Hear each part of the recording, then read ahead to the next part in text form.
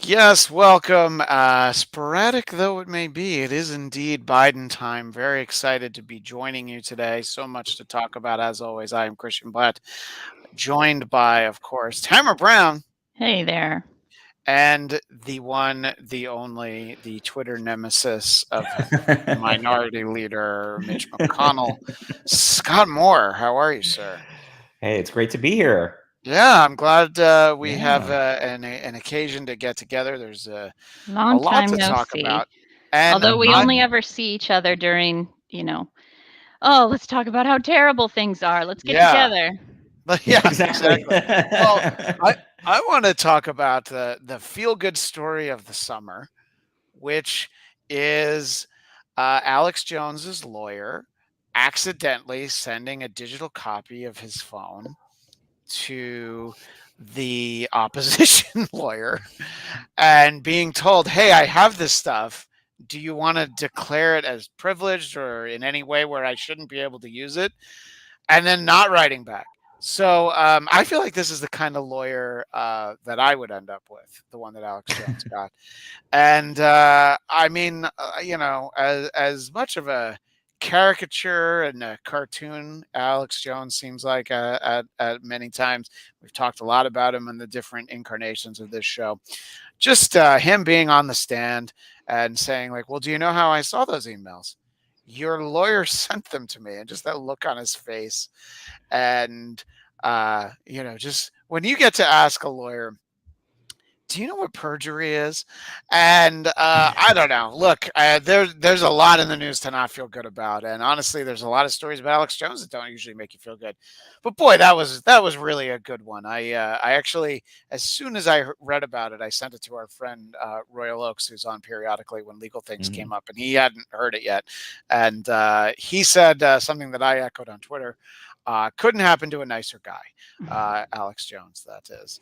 Uh, and Sam is in the chat. I wanted to know that was a topic I would ask to come on beforehand. Sam, we'll have you on. We'll spend a whole show with you at some point. I think as I was putting things together, I decided I wanted to start with Alex Jones because it is. Look, it's the feel good vibes of the summer. And on the stand, he mentioned at some point, this wasn't the same day, he had to concede that Sandy Hook had happened. And part of that accidental turnover of digital documents was just how much money he's worth. Apparently, at one point, Infowars was making $800,000 a day. So Yeah. honestly, the $4.1 million judgment for It's the a very profitable business Yeah. spreading fear and hatred.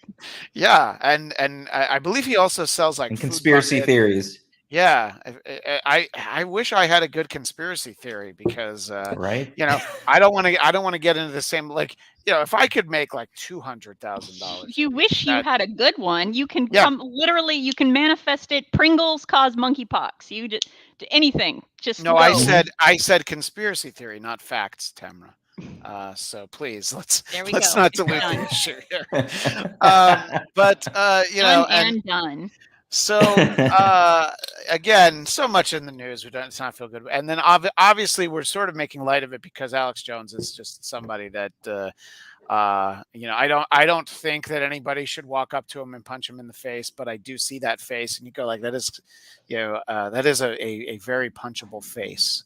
You just see it, and I think that the people, we're making light of it, as I said, but the fact is that the family of who tragically lost their Oh yeah. child in the Sandy Hook shooting now Yeah. has $4.1 million, and no, that doesn't bring their child back. I'm sure they still feel that pain every day, but to get the restitution for the way they were treated because of Alex Jones, I don't know. I feel Mhm. great about it. How do you feel about this story, Tamara? I mean, the damage is done though. I mean, the people that actually listen to Alex Jones and heed what he says, they're not changing. They're not suddenly being like, "Oh, I guess it was all a hoax." They're not acknowledging that. Yeah. I mean, I guess his point of view was a hoax.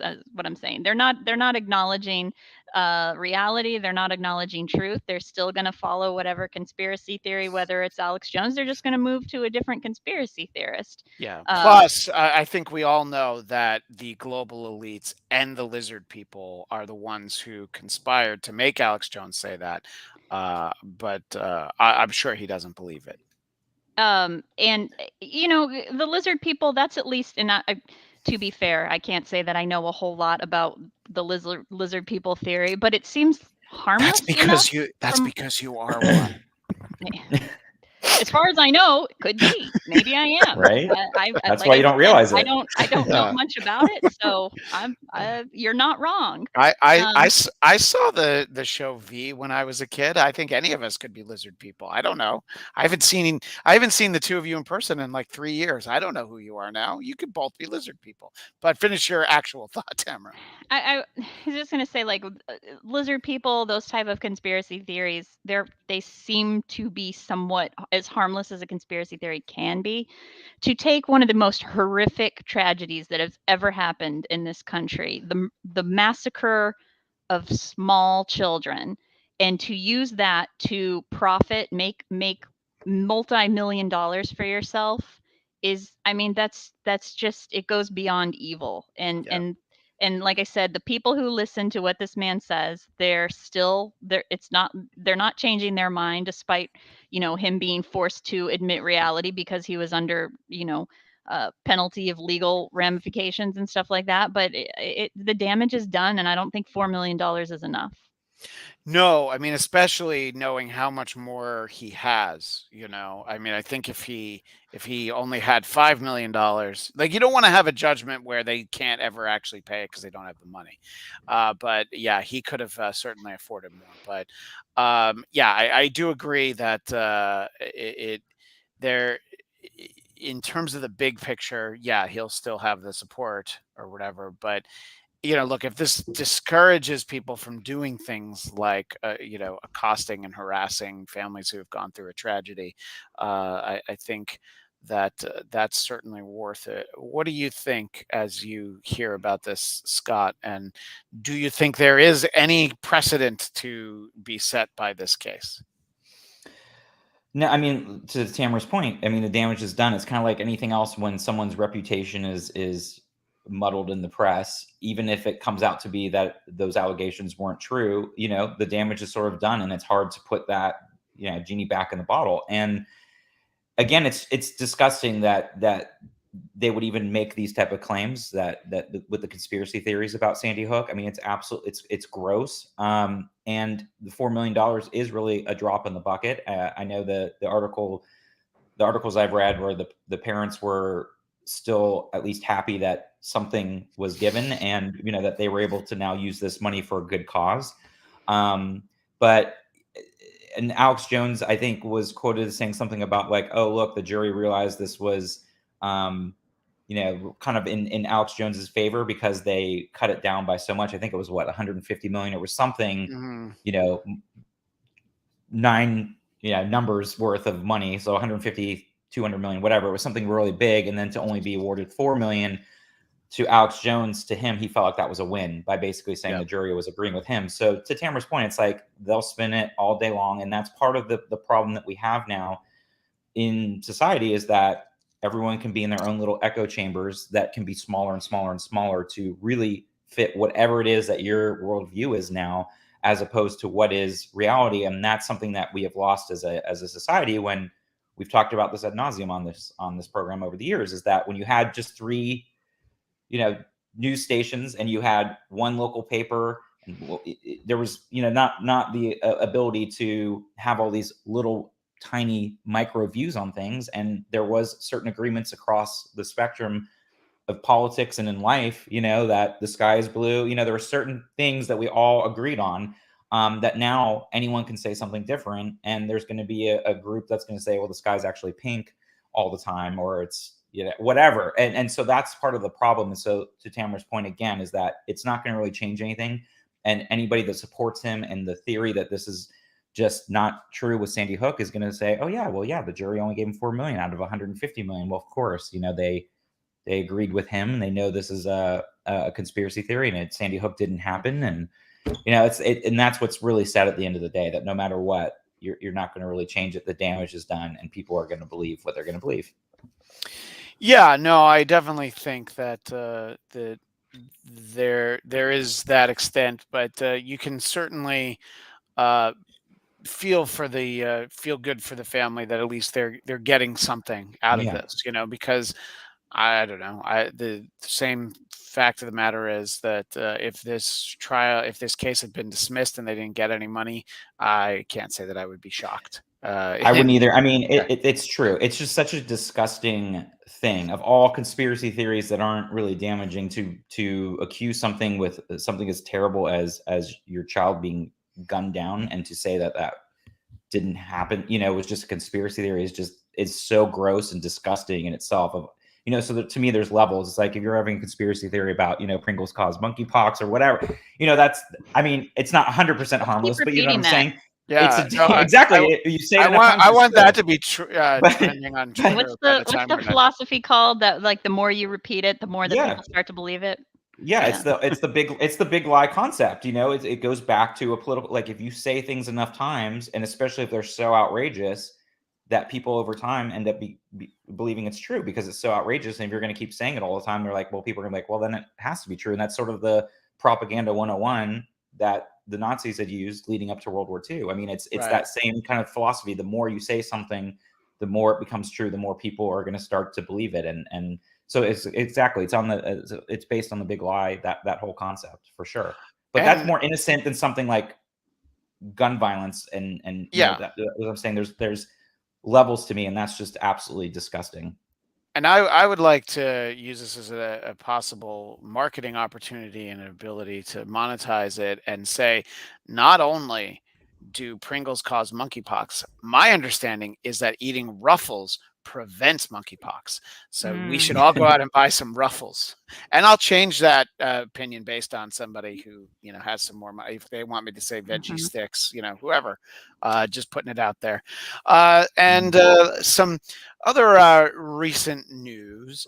It seems that Kansas has decided to really lean into this idea that they're the thinking person's Missouri, because they have the smart Kansas City, as that's a reference to the fact, of course, that in Missouri pregnant women can't get divorced, and regardless of what reason you might want to, but that state decided that they were not interested in, the people got to vote. And when the people get to vote, sometimes you get different laws enacted than when, a very small elite group of people enact them. Sorry. And so the people of Kansas were not interested in making an amendment that would outlaw abortion. And the headlines you're reading in the days since that are that a lot of Republicans are now rethinking about how strongly they were going to hit the drum against abortion, with some actual evidence that maybe not everybody wants to get rid of it. So, Tamara, when you heard that coming out of Kansas on a day that there was a lot of other news that we'll get into in some of the other results, what did you think that says about the people of Kansas? And I don't want to actually besmirch the people of Missouri. I was just taking a cheap shot. If anybody from Missouri is watching, I have eaten at both ends of your state, both Kansas City and St. Louis. But your thoughts of the Kansas vote, Tam? Certainly surprising. I mean, I think most people were surprised. I grew up in Kansas City, Missouri, so the few people that I am in touch with on social media were also shocked that happened, and happy about it. And we've talked about, when we talked about the abortion issue on the show before, we said that the majority of the country, Democratic and Republican, is in favor of abortion access. So this just shows where the country lies. I can't say that I'm confident that this is, you said some media outlets are reporting that Republicans are rethinking how hard they're going to hit the abortion Right. issue when it comes to campaigning. I don't know about that, because I'm in a place right now. I've just lost all confidence. I'm really feeling down about where the state of the country is, because every single, anything that seems like kind of a win, just like we talked about. Okay, great. Alex Jones, had to pay up, not as much as he should have. Yeah. We've got everybody's anticipating the Build Back Better bill, the Inflation Reduction Act. It's finally going to pass, but all of the concessions that have been made, it's not even going to do anything. I'd have to say. And anyway, this is just another example of small win. I'm happy, but ultimately Republicans are still going to go for push for a federal ban on abortion. I mean, that's going to happen. So I can't say that I'm too optimistic. Well, spoken like a true lizard person. Scott, what? We're known for our glass half empty mentality. That's part of anybody who knows a lizard person knows that. Yeah, exactly. We all know that. Scott, what do you think? Do you share Tamra's skepticism? But how do you look at these results of this specific vote in Kansas? Well, actually, I was pleasantly surprised by how big of a landslide it was, because they had made it as difficult as possible.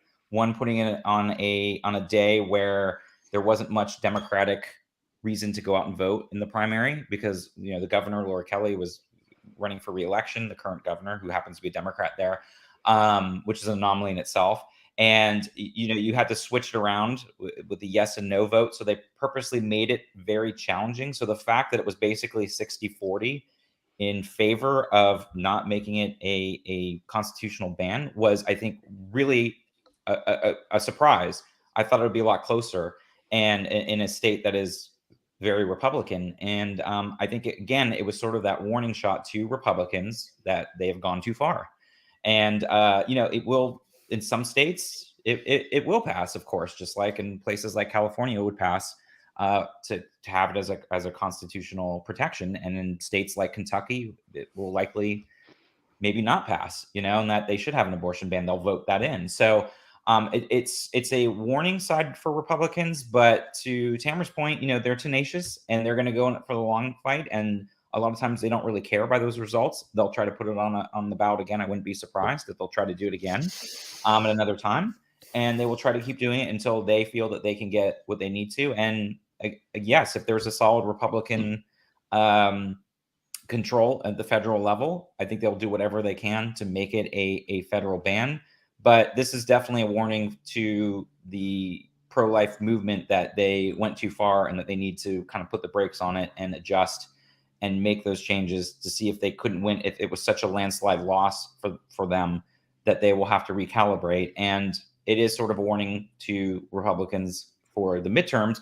But like we talked about before, it's still going to be more of a fringe sort of vote when there's other issues going on, inflation, everyday pocketbook items that are always going to be in the forefront of people's minds when they go out and vote, and how they emotionally feel about where they are and how the economy is. It's more of a thing there that this will be more in the margins. However, if you're going to get people and get them out to vote, and you're going to awaken some of the sleeping giant, it does make me feel a little bit more optimistic that that people are going to push back on this and say they went way too far in trying to restrict abortion, and that's not where the majority of this country is. So I was actually very surprised and quite happy by those results. And Kansas is sort of an anomaly in itself too, like we talked about earlier. Even though they are a very reliably Republican state, they kind of have the vein of, where you can go back to New Hampshire, where it's more of a libertarian independent streak, and they don't like people telling them what to do. It sort of goes in that kind of vein where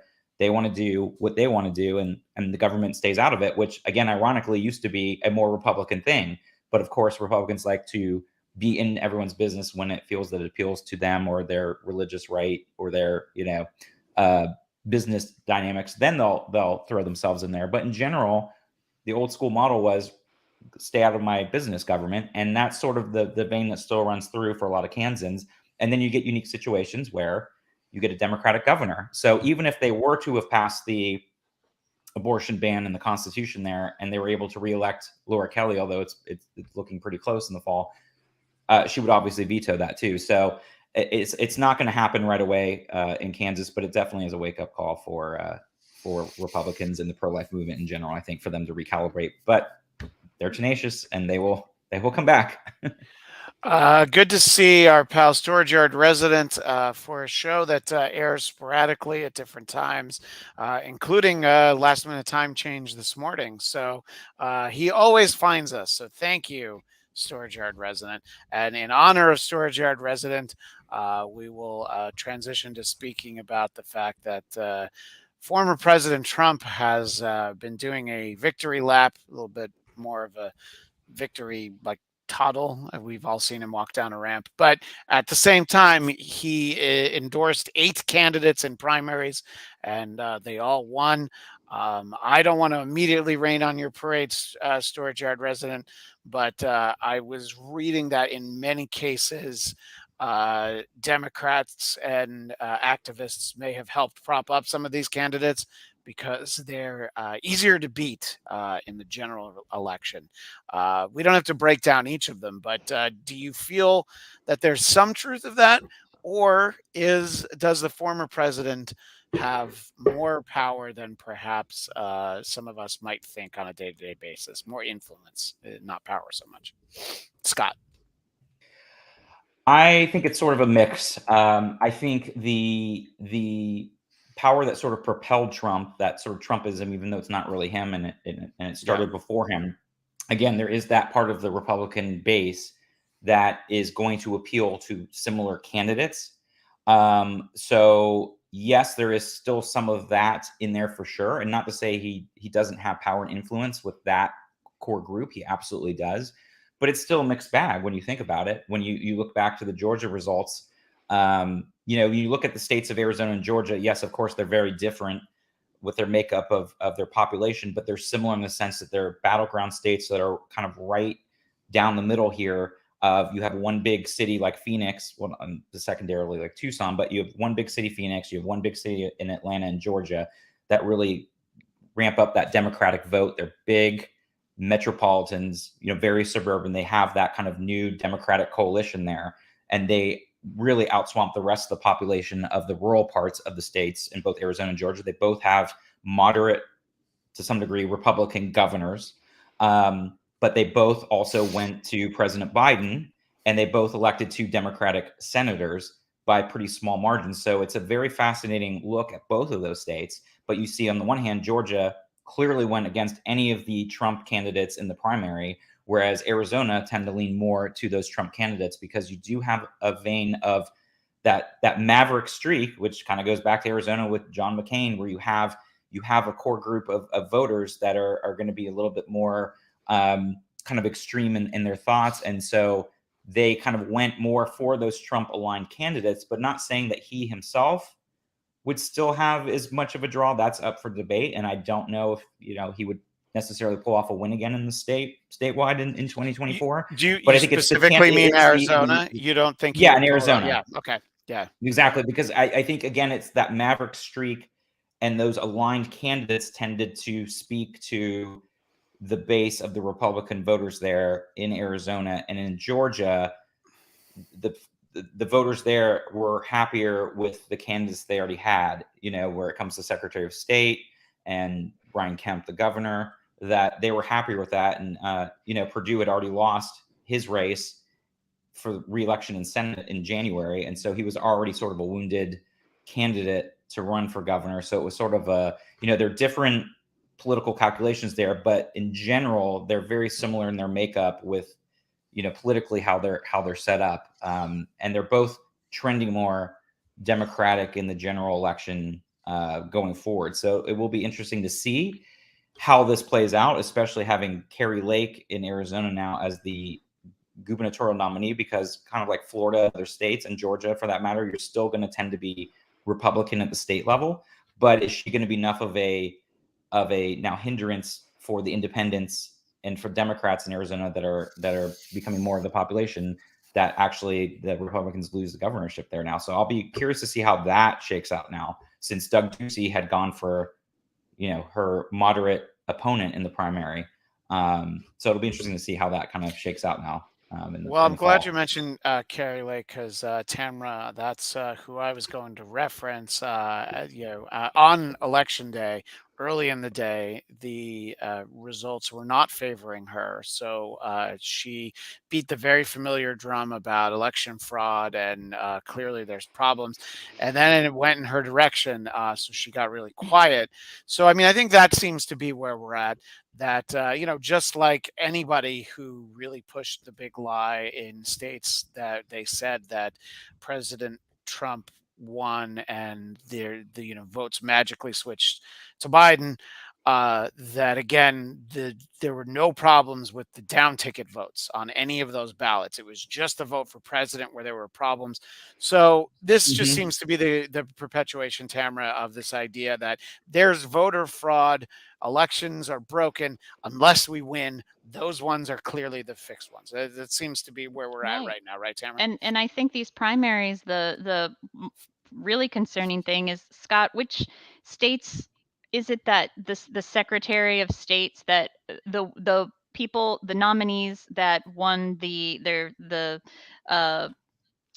their seat of Secretary of State, or their primary of Secretary of State, who is responsible for overseeing the election, they were candidates that were touting, election fraud, that Donald Trump was the winner, and now they could potentially, be in the seat that is overseeing, the election. So I think that's extremely Arizona's one of concerning. them right there. Arizona's one. I believe Michigan is too. I'll have to Michigan, check. yeah.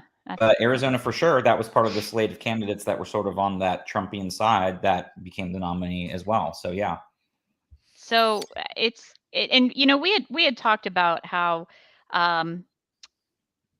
it could potentially, early on, soon after the 2020 election, we had talked about how it could work out in Democrats' favor. This lie that there was election fraud and Donald Trump should have won, because of the fact that then Republicans don't have faith in the election system, so they're not going to vote. But it seems like at this point, that's not something that has taken hold. And somehow, even though the trial is still ongoing, and everybody in the Trump camp has admitted that they were all aware that there was no election fraud, but none of that has had any bearings on this whole idea that it was a rigged election and we have all of this corruption in the election process. And that's encouraging a lot of Republicans to get out there and vote. And it's just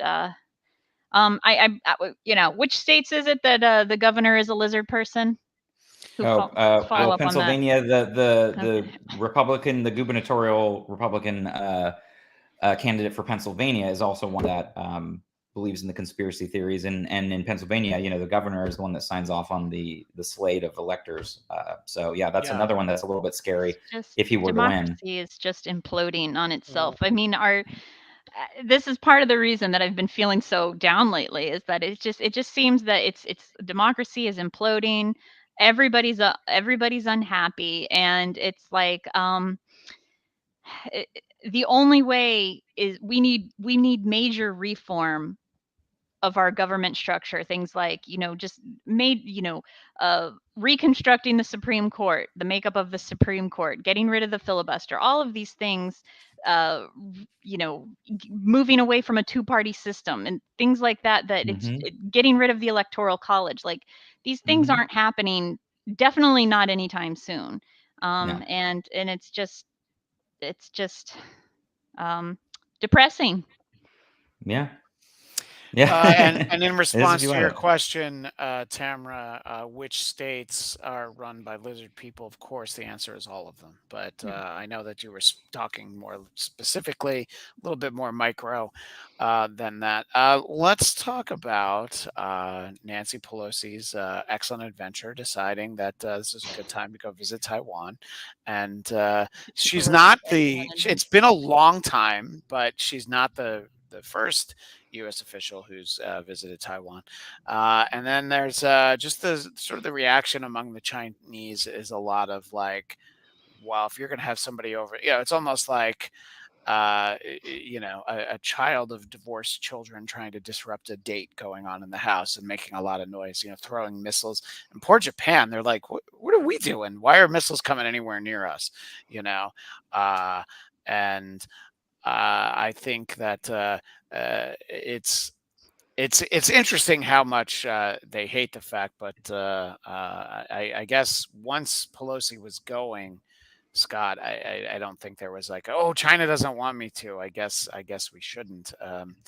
And they've got a gigantic bee in their bonnet over this, and therefore I find it interesting that just a couple people talking. It's not like meeting with Kim Jong-un, which has also happened.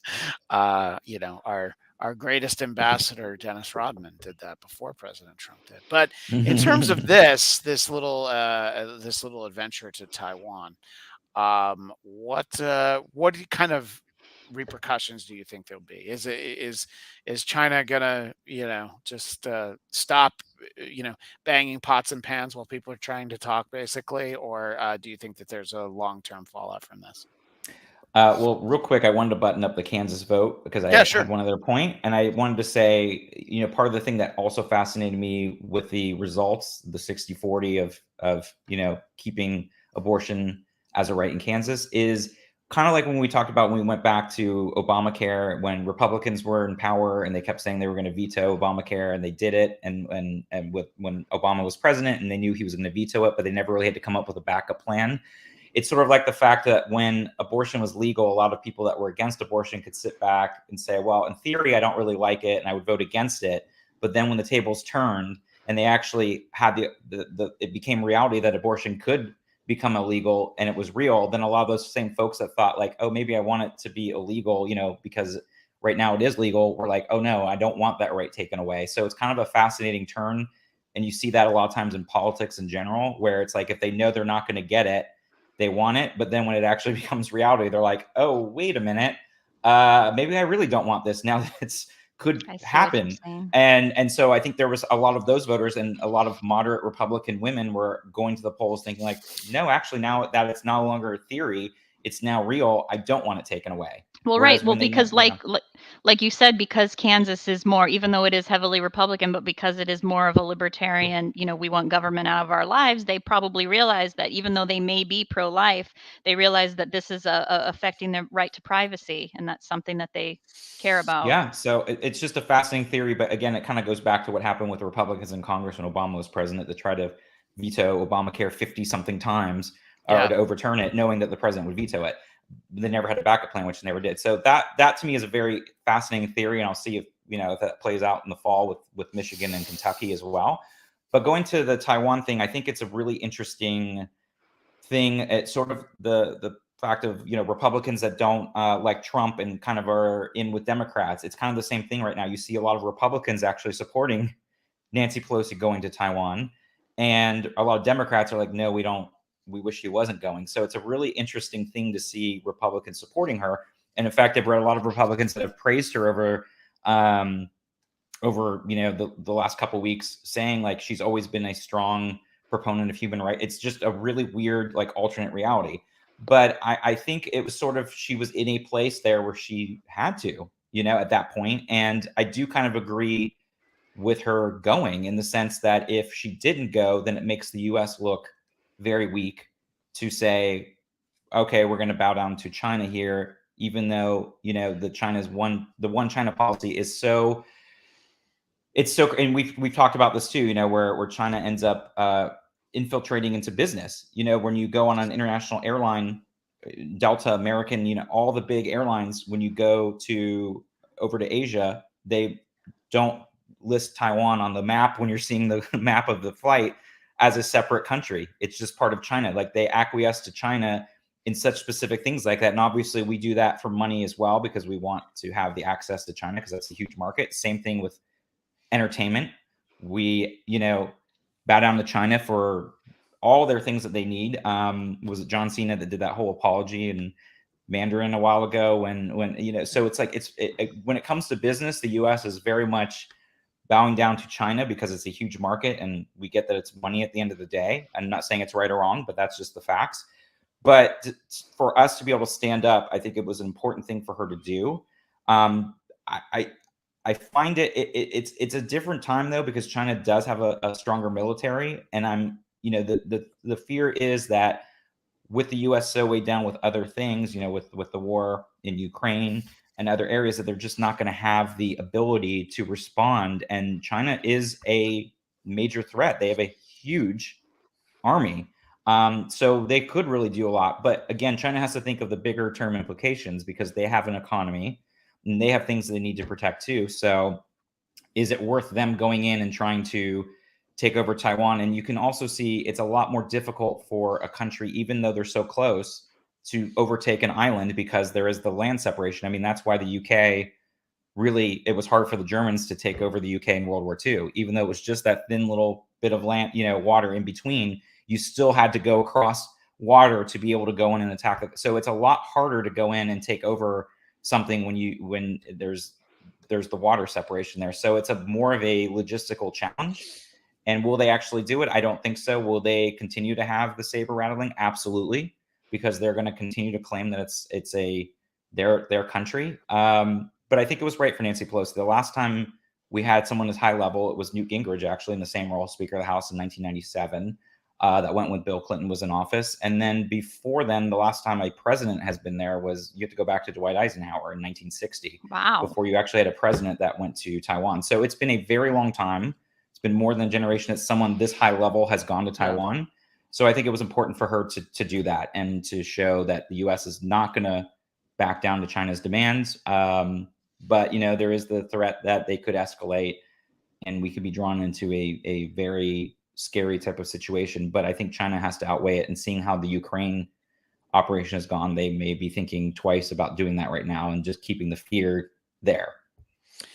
Yeah, the Chinese Foreign Ministry has referred to it as, quote, an egregious provocation, also gross interference into the country's internal affairs, and they've sanctioned Pelosi and her family. So I guess that she probably shouldn't, take, vacation in Beijing at some point in the near future. I don't know. I mean, I think that it's. I think that we should be able to, within reason, if our elected officials want to meet with someone of Taiwan, it's fine. And I referenced it earlier, but having a conversation with someone who rules a country like North Korea isn't even a terrible idea. I think talking to people. So when you start making deals that might in some way work against China, then I can see them. I was going to move on to something else, but there's a question in the chat I want to pose both of you. And Tamra, I'll ask you first. Frederick Ross wants to know, would the world be a safer place if Trump was still in power? Lord, please protect our billionaires. We need some safety in place for our billionaires. And yes, the world would be a much safer place for our dear sweet 1% if Trump were back in office. So let's all take a moment of silence for our multi-billionaires. And real quick, I just want to make a statement for the if I can speak for the lizard people for Please. 1 moment. I just want to say that as far as Taiwan is concerned, our stance is that China can have Ukraine and Russia can have Taiwan. And that's what we're really pushing for. Oh, I think that actually makes sense. Yeah, I mean, that's a late trade deadline deal, as we say.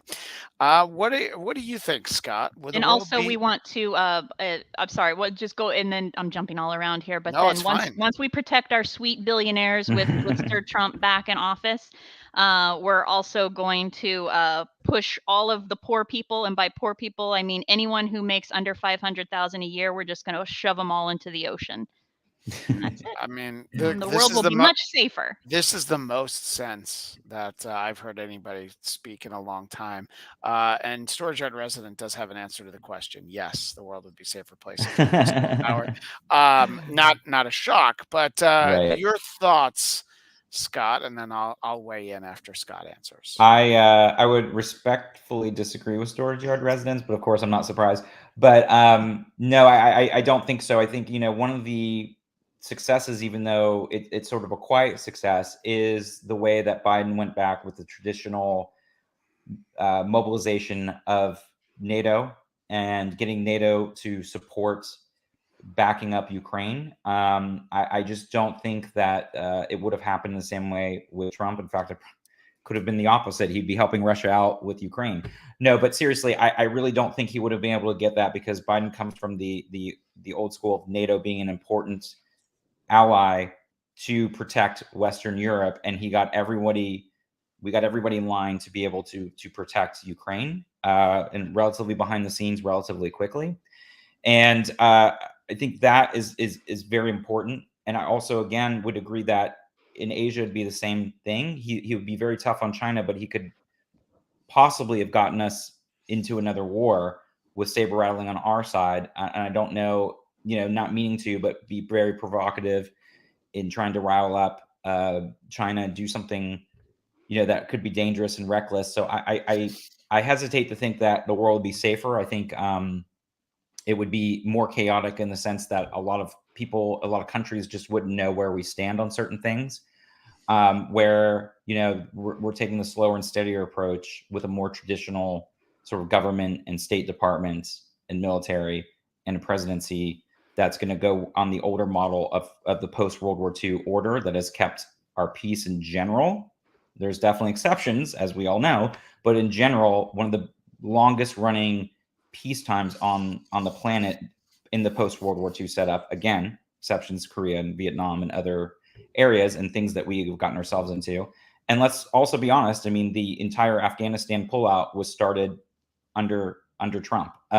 So you know, there's a lot of things that I don't think that we'd be in a better situation in that case, because we needed the backing of NATO to protect Western Europe. And again, we needed them there to protect their own backyard before, you know, involving our troops. But yeah, absolutely, we would not be in a good situation. Now, if there were a traditional Republican that has more of that model, I think that would be a different thing too. We'd probably be in a similar situation as we are now, but not necessarily with Trump. Yeah, I think he in particular is obviously a little bit of a wild card, because you wonder if the situation in Ukraine, you know, he would have actually, you know, sort of doubled down and gone further than we have, because of the implications about him and Putin, you know, being so tight. It was like, I gotta show off here, and Frederick knew exactly what he was doing. He's put in an emoji of popcorn, but then he also says, as expected, the rules have no idea of reality. Again, I think we can point at who we know as a lizard person, Frederick, but that's all right. We'll continue onward here. I think that in general, things wouldn't be that different if Trump were president. I think that a lot of people now, but 20 years from now, he would again do everything that he could to roll back any sort of environmental protection, so that climate change would just happen even faster. There would be even more offshore drilling, even though Manchin's trying to do everything that he can so that there's, you know, this entire, there's not an inch of earth that isn't being drilled. But that, you know, even more so with Trump in power, where climate change, the effects of climate change would take hold even faster than they already are. That's one thing that we would be seeing within 20 years. We would see the gap between the wealth gap, the middle class would shrink even faster than it is shrinking right now. That would continue. And the division, as divided as we are as a country, with somebody in power who just constantly, every word out of their mouth is pointing fingers and you know, name calling and things like that. Like that type of rhetoric is just would continue to, you know, create this climate of chaos amongst anybody. You know, more and more of our leaders would be acting like children, and it would just be embarrassing, and the rest of the country would begin to laugh at us and hate us even more than they already do. Well, yeah, I think that what I was going to get at is the idea that, or the rest of the world. I don't know. Yeah, the rest of the world would laugh at us and dislike us even more than they already do. A lot of the the international community, I think, would be constantly nervous about, it's too unpredictable. Mhm. You can kind of see where Biden's heading and what's going to happen. And, there's not, to keep with the monkey theme, there's not a lot of monkey wrenches being thrown at you. Whereas like with Trump, you just never really knew. And yeah, to Scott's point, a more traditional Republican, that would be a different conversation. But I I also know that gas prices wouldn't be as low as people think if Trump were still president, Absolutely. because Because what can he really do? It's right. not. Well, and I mean, you look at oil prices around the world, and we actually have the cheapest still, and it's gone down. It's gone down apparently 50 straight days, and Well, and inflation, the same thing. It's all over the world. So, and in yeah. fact, we don't even have the highest inflation compared to some of the Western European countries right now in other areas. So it's the same thing. This is a worldwide thing and not just a US centric thing, but people are so hyper focused on what's happening in their little world, again, back to the echo chamber, that they don't think about the bigger picture and understanding that it's affecting everybody, not just here.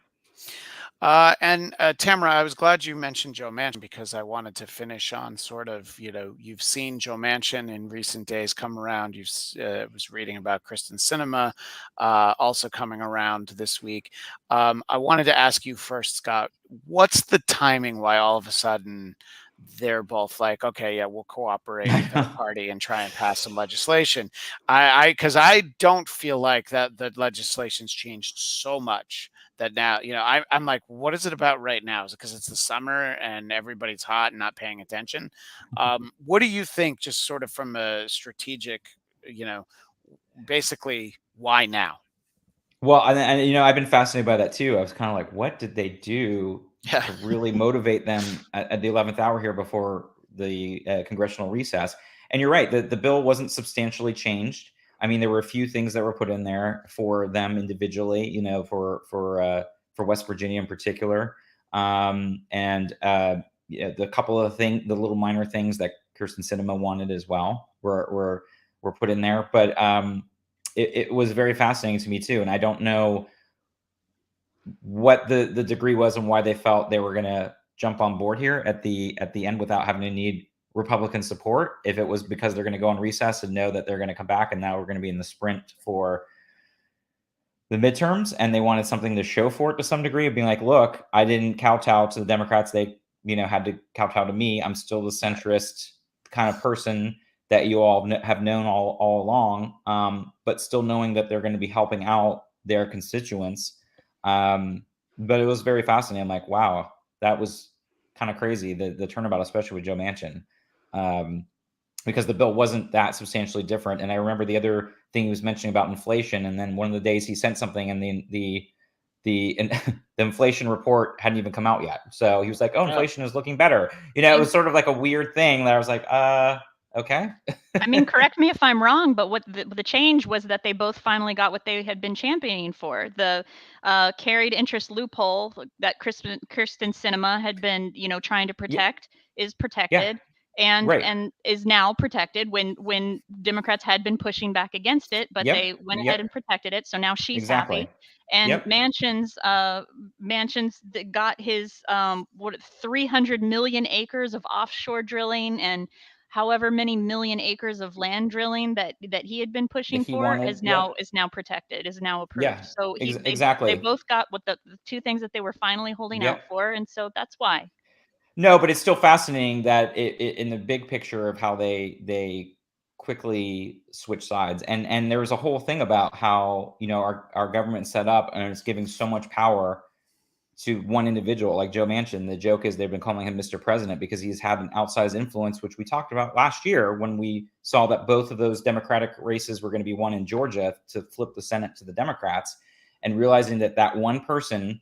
And as it turns out, Kirsten Sinema has had a lot more of an outsized thing, but him in particular has been able to hold up the Democratic agenda, and that it is a kind of a flaw in our setup that someone who only got 290,000 votes is able to have that outsize of an influence to affect the entire federal government's agenda is a fascinating thing and sort of a flaw. On paper, it sounds great to have 2 senators representing a state, but when you see, you have 2 senators in California with 40 million people, and you have 2 senators in Wyoming where they have 500,000 people, and you see the outsized ability of some of these senators to hold up things. And in particular, Joe Manchin, this has been his time to shine because he's had such outsized power, and he's such a conservative Democrat that it's very difficult to get the Democratic agenda through with him there. And it's not necessarily a good thing. So it was a whole thing that was really absolutely fascinating and a big flaw with our current